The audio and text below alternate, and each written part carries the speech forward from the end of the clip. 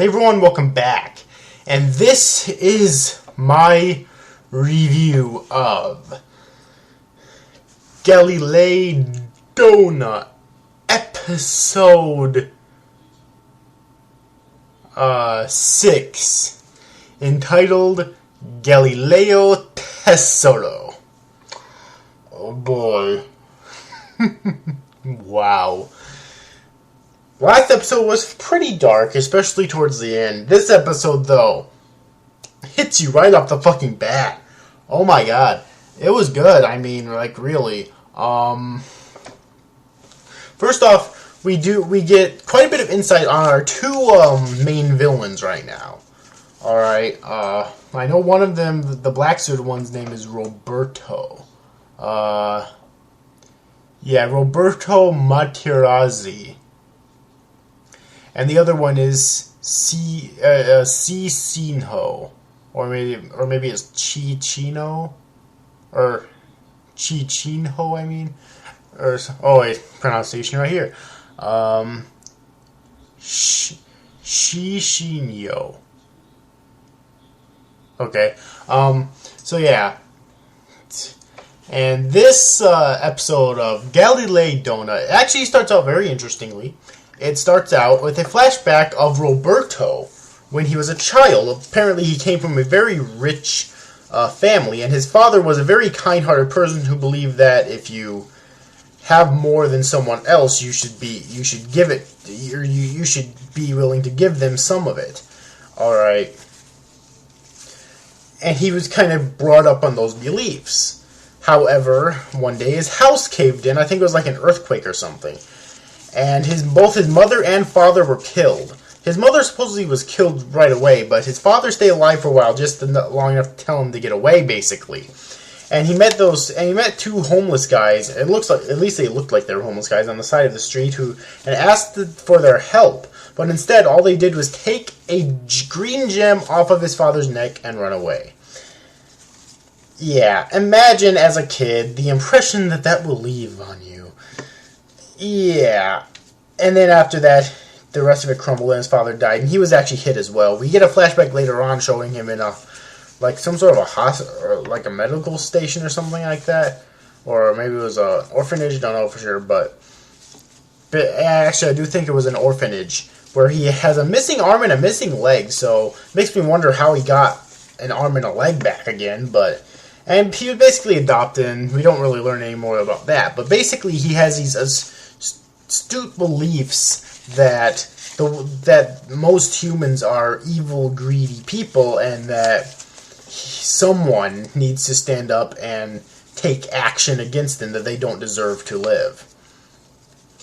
Alright, so yeah, so we do get some insight in that. We also get some insight on Chichinho as well. Not as much, but we do get a little bit, though. Basically, two of his men who risk their lives to protect I keep forgetting names, god damn it. Who risk their lives to protect Hozuki and Kazuki on their boss's orders, because they're trying to acquire some medical equipment in order to save Hazuki's life, because she's very ill right now, alright, and wounded and whatnot.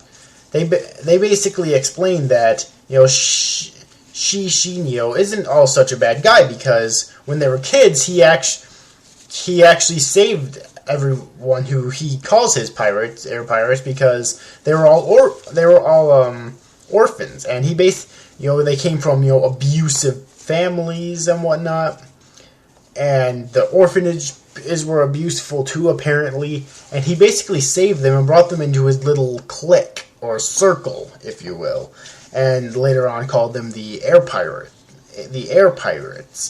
Alright, and he is actually fully against Roberto too, so he's definitely not so much of a bad guy after all. Alright, and they question him, the two girls question the cronies is like, okay, why, or the pirates as well, why do they steal them? Because it's still a crime, and they bring up very valid arguments. Is that in the world at least in this anime, there's not enough. There's way too many people. There's not enough resources to go around. All right, so you have to steal in order to live. And he brought up good points like, well, you guys stole those medical equipment or those medical things for your sister, so they're not completely innocent, or they're not guilt free either. All right. So yeah, so that's what I really liked. And then in a scene where Roberto was captured by the pirates, but then he ends up basically breaking free, and he takes out a gun and just starts killing them left, right, and center. All right, this is probably the darkest scene in the episode. All right, because he just starts shooting them left, right, and center. All right, and then Hozuki ends up running up to him to try to stop him, but then and it throws off his aim, which hits a pipe that explodes, and then the Galilei Tesoro is revealed, which is just like this tiny hourglass in like a circle thing. Oh, it's really all we know about it so far. All right, but it basically causes a huge burst of energy to come out. I'm not exactly sure what it did. We'll definitely learn more about it in the future, but this is basically our first glimpse of the Galilei Tesoro. All right. And then, anyways, after the smoke clears, Hozuki, God damn it. Hozuki and Kazuki, yes. And Anna all decide to escape, of course. And alright, and then when Roberto wakes up, he sees Shishinio lying unconscious on the ground. He tries to shoot him, but then he's all out of bullets. So basically, Shishinio got really lucky right there, so he gets to live longer. But yeah, and that's basically all that happened in this episode. But wow, it was really good, really dark. I really like the direction that they're taking it here. All right, we have two really interesting antagonists, and we also got a fight scene in this episode. Yeah, we also got a fight scene in this episode between the two. It was really short hand-to-hand combat, alright, but still, for some reason I really like it when two antagonists actually fight head-to-head. This one was really short. I do kind of wish it was a bit longer, but still, it was still kind of nice. I just always really liked that, so yeah. But anyways, I really had no major complaints in this episode. The animation was great once again, too. So yeah, if I were to nitpick, then I kind of wish that they would have elaborated a bit more on Shishinio's backstory. Alright, and also explained how exactly Roberto got his arm and leg back again, and how he lost them in the first place, because he just got hit in the back of the head with a fucking rock, or the front of the head, rather. If anything, it should have given him a concussion or killed him, but no, somehow he lost two limbs. So yeah, I kind of wish they would explain that and how he got them back. But other than that, I really didn't have any major complaints about this episode. It was really good, really dark, and I really liked it. So yeah. But anyways, though, overall, hope you enjoyed this review, guys. See you after, guys. Thanks for watching. Bye-bye.